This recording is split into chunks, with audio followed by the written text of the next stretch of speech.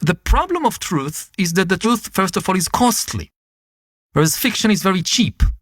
If you want to write a truthful history book about the Roman Empire, for instance, you need to invest a lot of energy, time, money. You need to study Latin.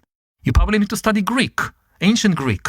You need to do archaeological excavations and find these ancient, whether inscriptions or pottery or weapons, and analyze them. Very costly and difficult.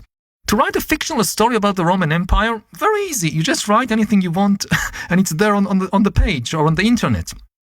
The truth is often also very complicated because reality is complicated. You want to give a truthful explanation for why the Roman Republic fell or why the Roman Empire eventually fell. Very complicated. Whereas fiction can be made as simple as possible, and people tend to prefer simple explanations over complicated ones. And finally, the truth can be painful, unattractive. We often don't want to know the truth about ourselves, whether as individuals, which is why we go to therapy for many years to know the things we don't want to know about ourselves, and also on the level of entire nations. You know, each nation has its own dark episodes, its own skeletons or cemeteries in the closet that people don't want to know about.